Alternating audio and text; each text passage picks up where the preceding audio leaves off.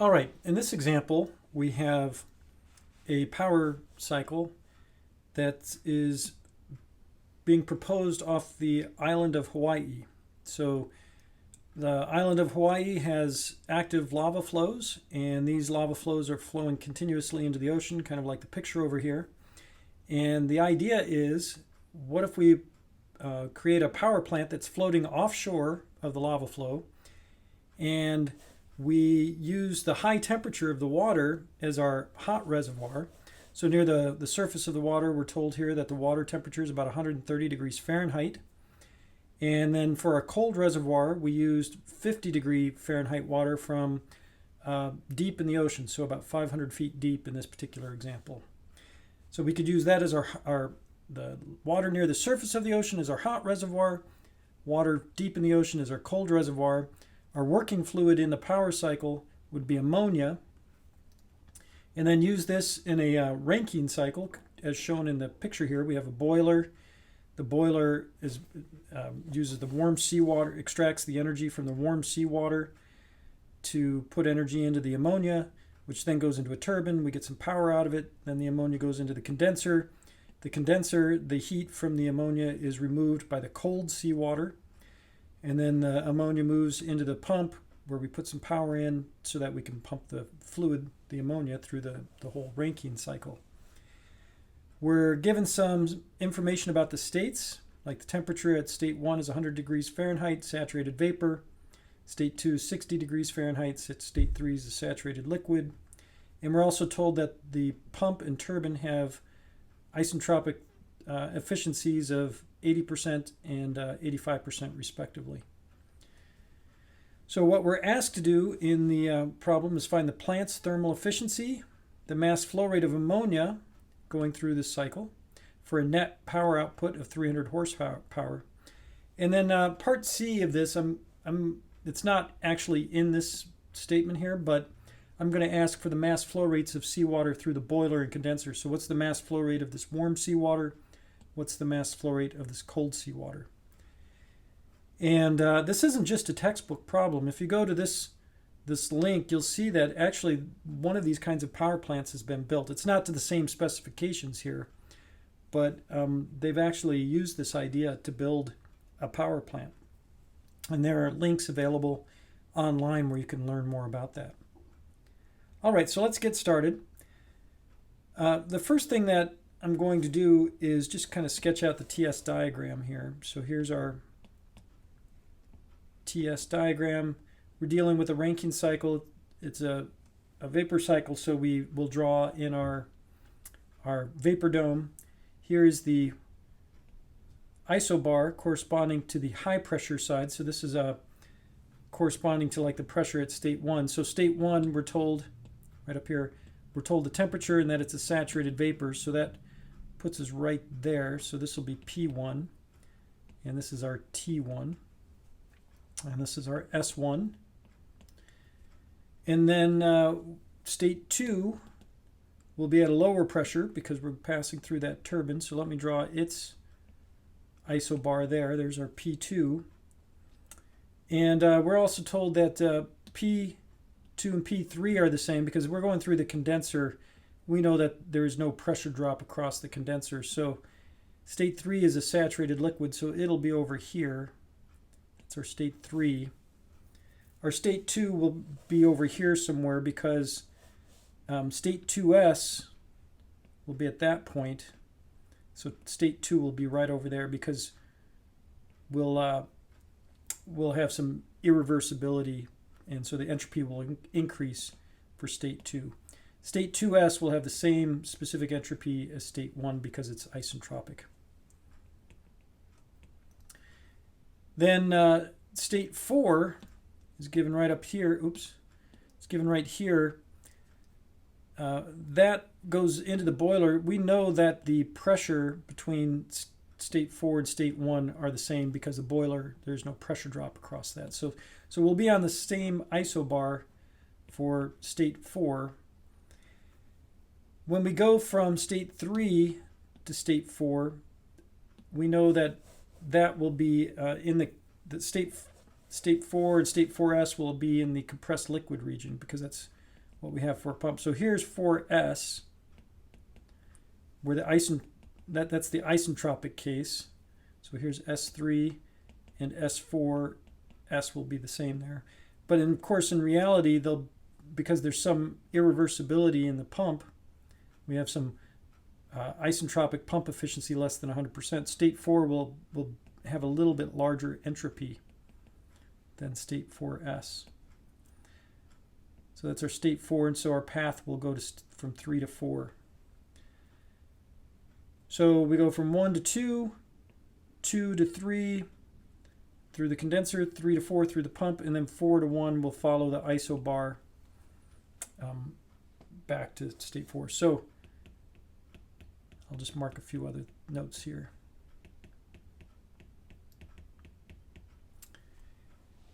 We also see that the temperature at 2 and 2s and 3, those temperatures are all the same.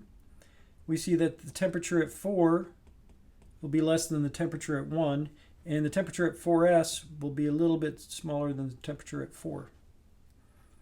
So that's what our TS diagram is going to look like. Okay. To find the plant's thermal efficiency, we're going to need to find the net work out. So we need to know the work out minus the work in. We'll also need to know the heat transfer from the warm seawater into the ammonia. So that means we're going to need to apply the first law to some control volumes. We'll do a control volume analysis around the turbine. We'll do a control volume analysis around the pump. We'll do one around the boiler as well, and then the condenser. We'll do those in just a little bit. In order to do all that first law analysis, we need to get the specific enthalpies and specific entropies at all the various states. So we'll just focus on states 1 through 4, 2s and 4s. Okay, so we need to find the states. This part is tedious. Let me make a table here to put all the information in. So this is our state. And we'll have state 1, state 2, put 2s, 3, 4, and 4s. We'll have our pressure here. This will be in PSIA. Sorry about the English units, but that's just the way it goes. We'll have, actually I'm going to give myself a little more space for that one. We'll have our temperatures, and these will be in degrees Fahrenheit. We'll have the phase that the ammonia is in. The quality, we'll want that for some of the states. The specific enthalpy in BTUs per pound mass. And then the specific entropies, which will be in BTUs per pound mass degrees Rankine. Hopefully I've made enough space for myself here. All right, so state 1, we're told, is 120 degrees Fahrenheit saturated vapor. So we're at 120 degrees Fahrenheit saturated vapor. So that means the quality is equal to 1. We can go to the property tables for ammonia and look up what the corresponding saturation pressure is for state 1. That's 286.47 pounds per square inch absolute. So that's the saturation pressure. The specific enthalpy for the saturated vapor, 632.95 BTUs per pound mass, and the specific entropy is 1.1405. So that one's relatively simple because we can just simply look it up in the table. Now for state 2, we're told the temperature there, 60 degrees Fahrenheit, so we know the temperature. The only other thing that we can find out for state 2 is we know that, well, another thing that we can get from state 2 is we know the pressure at state 2 is the same as the pressure at 3, and we know that we have saturated liquid there. So that might be of use to us at some point as well. So let's just write down for what we know for sure. We know for sure that temperature is 60 degrees Fahrenheit. Okay. From the diagram, you can also see that we're going to be dealing with a saturated liquid vapor mixture, so I'll just make a note of that here. Same sort of thing for state 2s, that'll be a saturated liquid vapor mixture. The temperature at 2s, by the way, is also going to be the same temperature as the temperature at state 2. That'll be 60 degrees Fahrenheit. Same with the temperature at 3. 3 will be 60 degrees. State 3 is also a saturated liquid. Since it's a saturated liquid, the quality is 0 for state 3. We can go to the tables to find the saturated liquid saturation pressure at 60 degrees Fahrenheit. And if you do that, that comes out to be 107.66. Again, that's the saturation pressure at 60 degrees Fahrenheit, directly from the table. And again, we know that the pressures at 2 and 2s are the same as the pressure at 3, so those will be the same pressures here.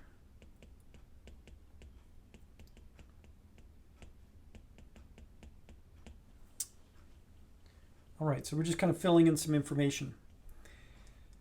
To find the quality and specific enthalpy and specific entropy at states 2 and 2s, let's start with state 2s.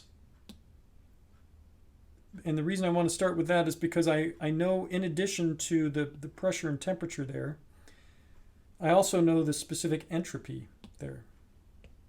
Because I know for state 2s that S2s is equal to S1, which is the 1.1405 BTUs per pound mass degrees Rankine. So I know that piece of information. I can look up if you look up the saturated liquid specific entropy at state 2s, that comes out to be 0.2314 BTUs per pound mass degrees Rankine. And if you look up the saturated vapor value at state 2s,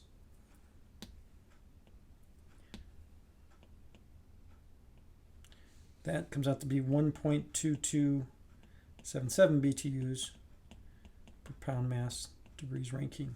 So if you look at that, the 0.2314 and 0.12277, the actual values between those, so that we know it's going to have some quality. So we can use that information to find the quality at state 2s.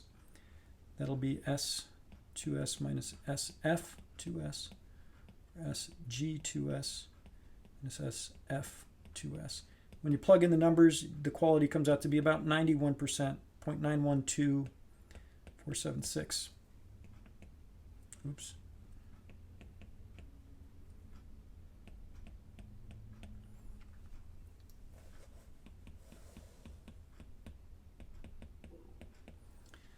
Okay, so we now know the quality at state 2s. We can now find the specific enthalpy there, because we know that specific enthalpy at 2s will be 1 minus the quality times HF2s plus the quality times HG2s, where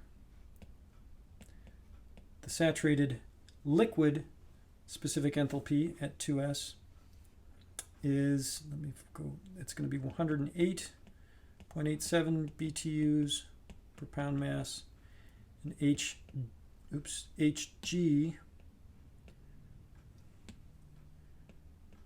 2s is 626.61 BTUs per pound mass. So then you could solve for H2s. That comes out to be 581.295 BTUs per pound mass. So let's put that in our table.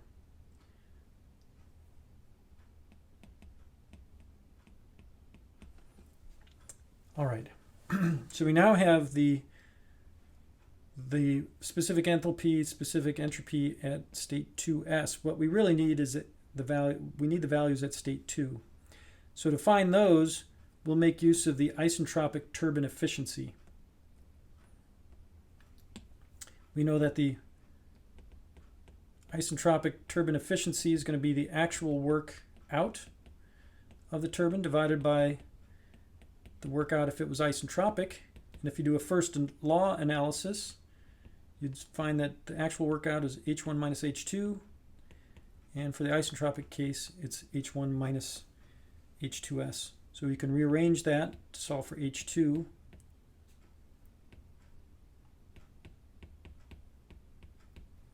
We have that expression. We have already calculated H2S, and we looked up the value for H1, and we know the isentropic efficiency for the turbine is should be 0.85, I believe. No, 0.8. So we can then substitute in the values, and what you'll find is H2 comes out to be, what does H2 come out to be?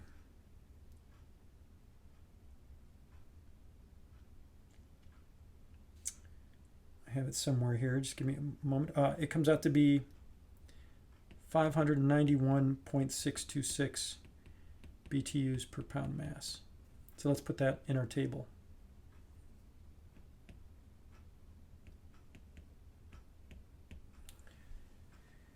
With that specific enthalpy, we can also calculate the quality at state 2, because we know the value for HF and HG. Here I've written it down at state 2s, but it'll be the same. These will still be the same saturated liquid and saturated vapor specific enthalpies, because state 2 and state 2s have the same pressure and temperature, right? They're both saturated liquid vapor mixtures, so it'll still be the same saturated liquid and saturated vapor specific enthalpies. So when you calculate the quality, we can do it like this.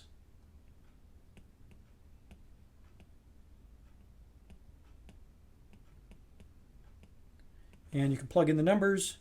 This comes out to be 0.932429. So let's put that in our table. And then you can also calculate the specific entropy using that quality.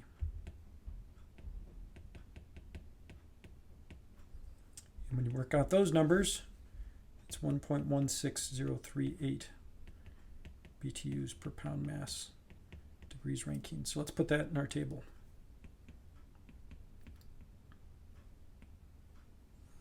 And you'll notice when you look at this, the value for S2 is greater than the value for S2S as expected, right? They should be just a little bit different. The specific entropy for state 2 should be a little larger than that for state 2s. All right, let's continue on then. By the way, where I'm getting these parameter values from is actually in the back of your textbook. I'm using the English tables in the back of Moran and Shapiro. All right, now we're going on to state 3.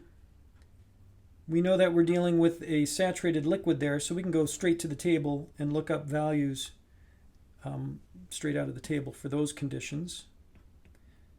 The specific enthalpy is 108.87, and the specific entropy is 0.2314.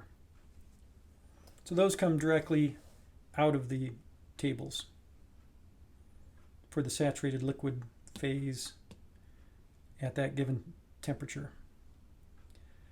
All right, state 4 and 4s, we're going to do the same thing that we did like for the turbine. We're going to find what's happening for the isentropic case, that's state 4s, and then use the pump isentropic efficiency to see what's happening at state 4. So one thing that we do know is that the specific entropy for state 4s should be the same as the specific entropy for state 3. So this will be 0.2314, because that's the same as S3. All right, the other thing that we know is that the pressure at states 4, 4s, and state 1 are all the same, right? Because they're on the same isobar. So let's make use of that information. So we know that the pressures there are 286.47.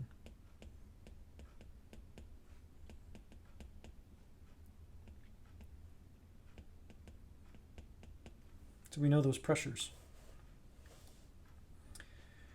We also know that those are compressed liquids, right? If you look back up here, we're in the compressed liquid region of the phase diagram, so we know those are compressed liquids. So to find the other conditions here, we're going to make use of compressed liquid approximations. Okay, so just recall that when you're dealing with a compressed liquid, the specific entropy, 4s at some temperature and pressure, will be about equal to the specific entropy of the saturated liquid at the same temperature, right? And we know that that specific entropy, we just said a moment ago, was equal to S3, which was 0.2314 BTUs per pound mass degrees Rankine. So if you look in the table to see what temperature that corresponds to, it'll just be the same temperature as T3. Right? It'll be that same exact temperature because it's the same specific entropy. So temperature 4s will be 60 degrees.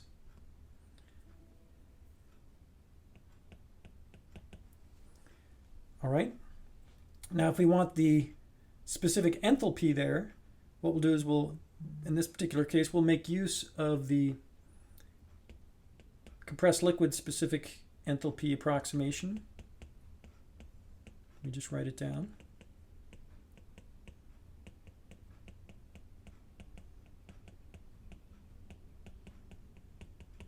Okay, so that's our compressed liquid specific enthalpy approximation.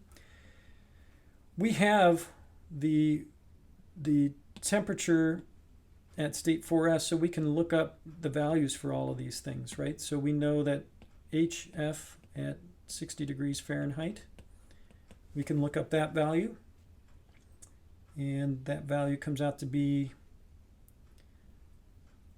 108.87 BTUs per pound mass. P saturation at 60 degrees Fahrenheit is 107.66 psia. The specific volume at 60 degrees Fahrenheit is 0.02597 cubic feet per pound mass. And then, of course, our pressure at state 4s, we said was 286.47 psia. All right, so we can make use of all of that information to find the specific enthalpy at state 4s. You have to do some unit conversions, so you'll have to be a little careful of that. But it comes out to be 109.729 BTUs per pound mass. So let's put that in our table.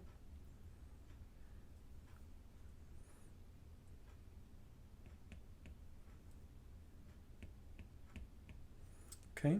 By the way, the quality for states 4 and 4s it doesn't make any sense because they're compressed liquids. All right, so now we have conditions at state 4s. To find the conditions at state 4, we'll make use of the pump isentropic efficiency.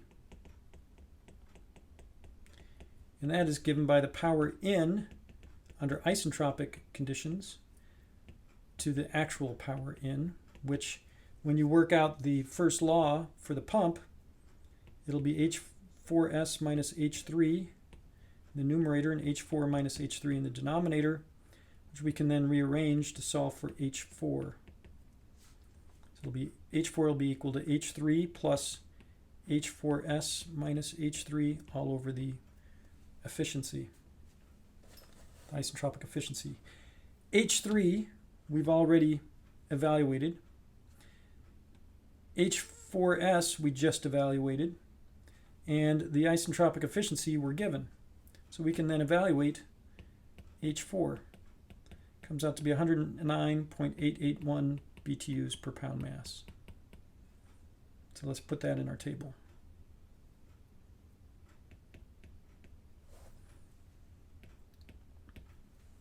All right.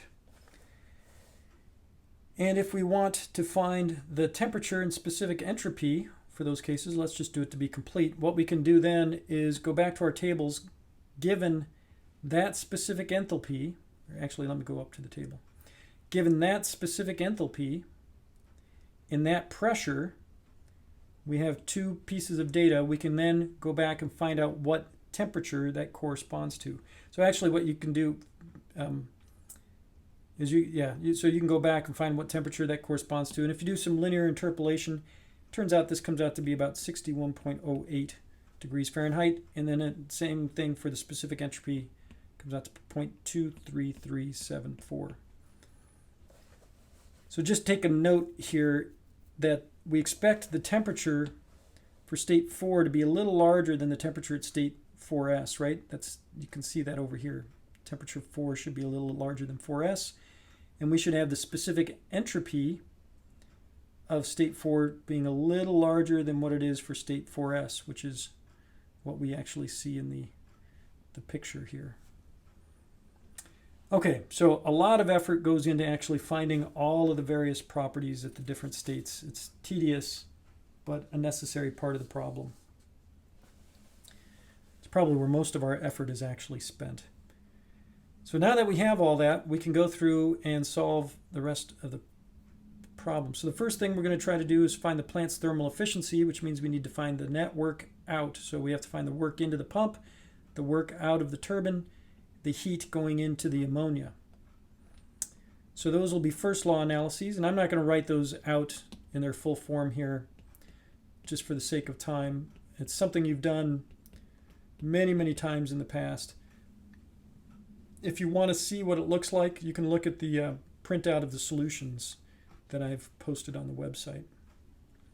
So when you work this out, you'll get the power out of the turbine per unit mass flow rate is H1 minus H2. When you plug in the numbers, that comes out to be 41.324 BTUs per pound mass.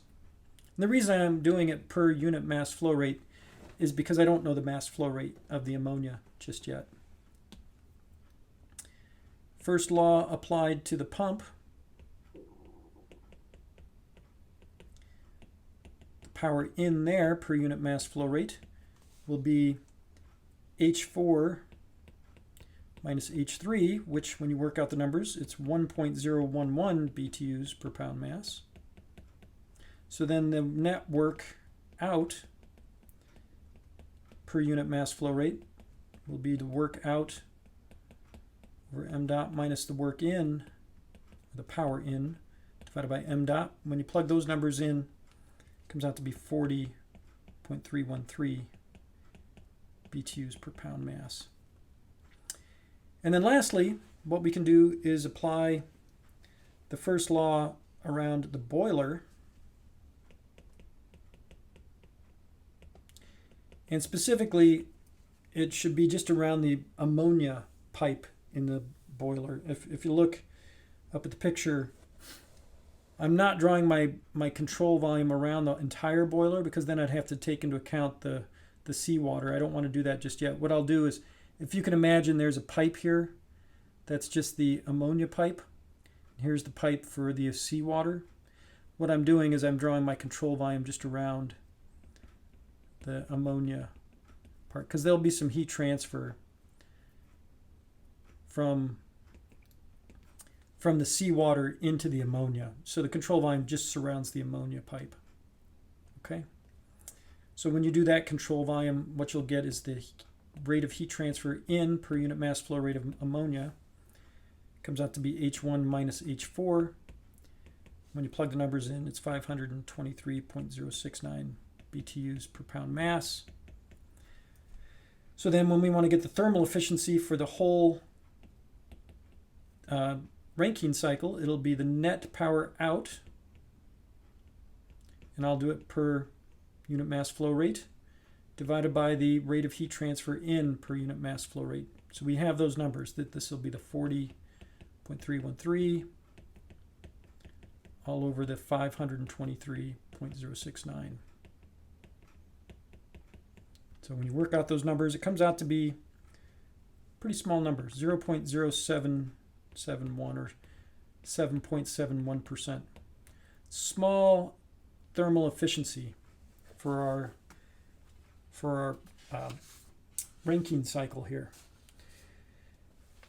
Now you might ask yourself, wow, that's pretty small. Normally for Rankine cycles we see thermal efficiencies closer to 30%, maybe 40%.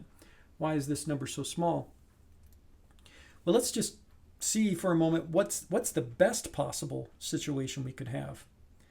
Right? What's the best possible situation? If the best cycle we could have would actually be a Carnot cycle, and it would be operating between a hot reservoir, which here we would say is 130 degrees Fahrenheit, and it would have a cold reservoir of 50 degrees Fahrenheit. So it would look something like this.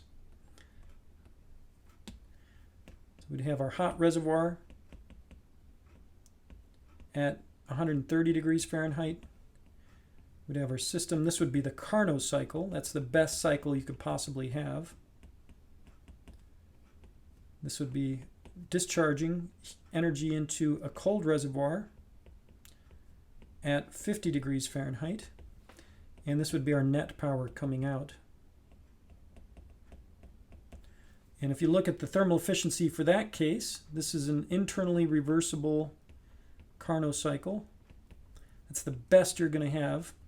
It'll be 1 minus the absolute temperature, Tc, over the absolute temperature of the cold reservoir divided by the absolute temperature of the hot reservoir. So that would be, remember, we have to convert these into absolute temperatures. So to convert from degrees Fahrenheit to degrees Rankine, you add in 459.67.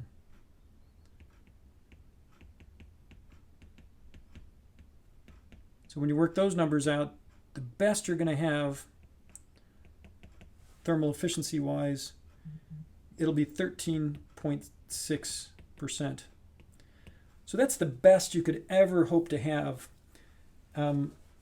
We're just above half of that, so it's 7%. It's really a small thermal efficiency that we could get out of this. And the reason for that is because our hot reservoir is not that hot. It's only 130 degrees Fahrenheit. And our cold reservoir is not that cold. It's only 50 degrees Fahrenheit. So we really aren't dealing with a large temperature difference.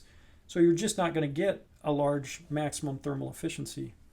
So it's not a very efficient power plant. Okay. Let's see. Let's continue on. We were asked, so we did part A. Let's find the mass flow rate of ammonia now. We're told that the net power output is 300 horsepower, so we should be able then to find the mass flow rate by using our net power out. Here we calculated the net power out per unit mass flow rate as being 40.313 BTUs per pound mass. So we should be able to use that information to find the mass flow rate. So we're told, or what we calculated was this. Let's see, this was 40.313 BTUs per pound mass. And then we were also told that the net power out was 300 horsepower, so we could solve for the mass flow rate. Now there's some unit conversions you have to do here. Again, I'm not going to do those here.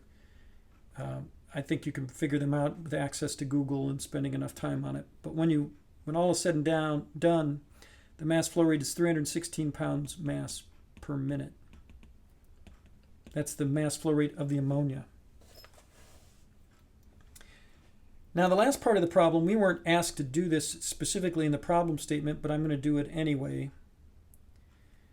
is what we're going to do is we're going to find the mass flow rate of warm seawater through the boiler and the mass flow rate of cold seawater through the condenser to keep this system operating the way it is. And the way I'm going to do that is now I'll draw a control volume that surrounds the entire boiler. I'm going to assume that there's no heat transfer through that blue portion. All the heat transfer is occurring inside the boiler. And I'll do the same thing with the condenser. Draw a control volume around the whole thing and assume it's adiabatic. Again, there's no heat transfer through that blue control volume. It's all occurring on the inside. And then if you apply the first law to those, so I'll write this down, first law for the entire boiler, what that will come down to is the following. Let me write it out and then I'll discuss it.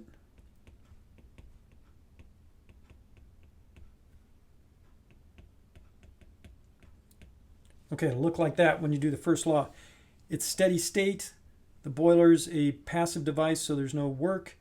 It's adiabatic, the way I've drawn the control volume, so there's no heat transfer out of the boiler box.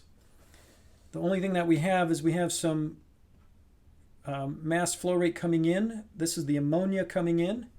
This is the ammonia going out. We're also neglecting kinetic and potential energy changes. And then here we have the mass flow rate of the boiler, which is seawater.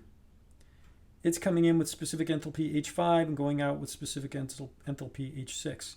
So I'm going to rearrange that to solve for the mass flow rate of the seawater through the boiler. So a little algebra here.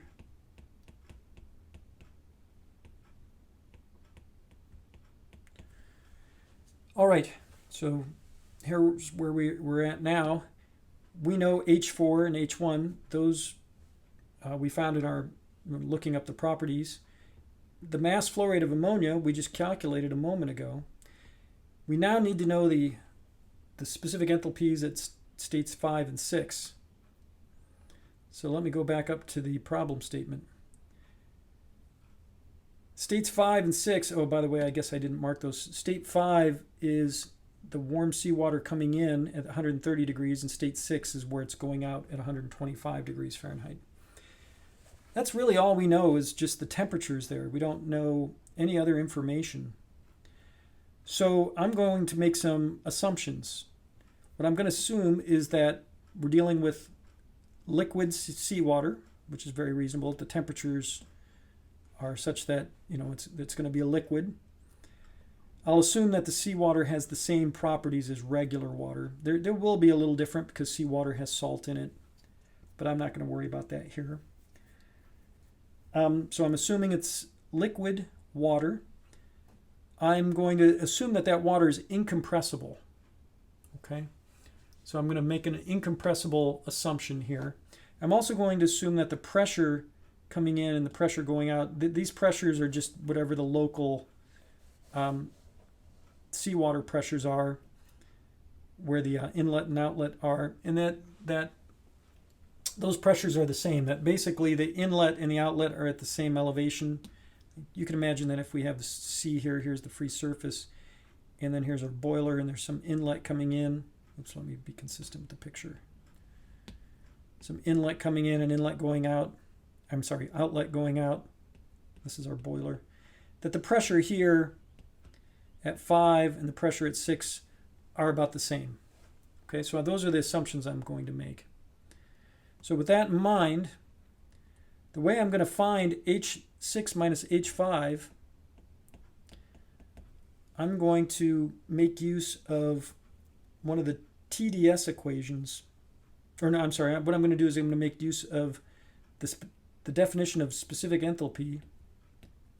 It looks like that. If I take the differential of that,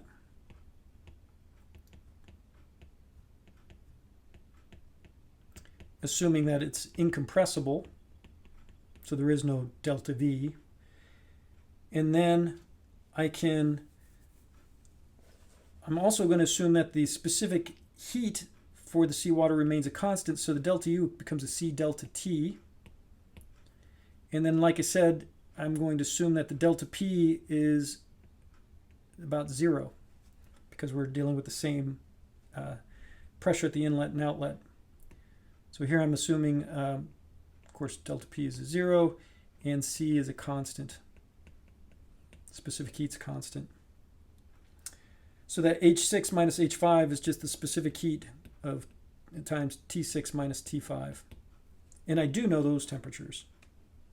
And if you look up the value for the specific heat of water at about the same temperature, at about 130 degrees Fahrenheit, if you look up that value, it's about equal to 1. It's 0.999 BTUs per pound mass degrees Rankine. So we can then take that information, plug it in down here. Like I said, we already know the numerator, we know the mass flow rate, and you can evaluate it. And the mass flow rate you get out of this is 33,000 pounds mass per minute. It's a big number. It's a big number. We can do the same sort of thing to find the mass flow rate in the condenser. Okay, so this would be the first law applied to the condenser. Do the same kind of analysis. Everything looks pretty much the same. What you'll get is this will be m dot h2 minus h3 over h8 minus h7. Locations 7 and 8. Let me go back up to the picture here. Location 7 is the inlet. Location 8 is the outlet. So if you do the same analysis, what you'll get is the mass flow rate of cooling water is about 30,300 pounds mass per minute. So you can see that the mass flow rates of the cooling water, the heating water and the cooling water are really, really large. So there's going to be a lot of energy associated with pumping that amount of water. So even though in our analysis here for the thermal efficiency we get about just under 8%, it'll actually be less than that if you factor in the pumping power requirements for the seawater. So it'll drop it even further. So in the end, when you think about it, our best case scenario for the thermal efficiency is pretty low. The actual thermal efficiency is low, and then when you factor in the pumping requirements for the seawater, it'll be even lower still. We're not just, the thermal efficiency just isn't very high. And if you add in the fact that, okay, you're dealing with seawater, which tends to be corrosive, you may have to deal with structural issues because there may be big waves during stormy days and things like that. The financial incentive for building this power plant, it's really not there. You're just not getting a very high thermal efficiency, and there are going to be costs associated with building in the ocean, which is rough and corrosive. It just doesn't make a lot of financial sense to actually build a power plant with these kind of specs. Nevertheless, it has been done. If you read that story, you'll see that they've done it, but it's very likely that when they built this, it was just more of a proof of concept rather than trying to be a big money-making operation. All right, anyway, that finishes this example. We'll go ahead and end it there.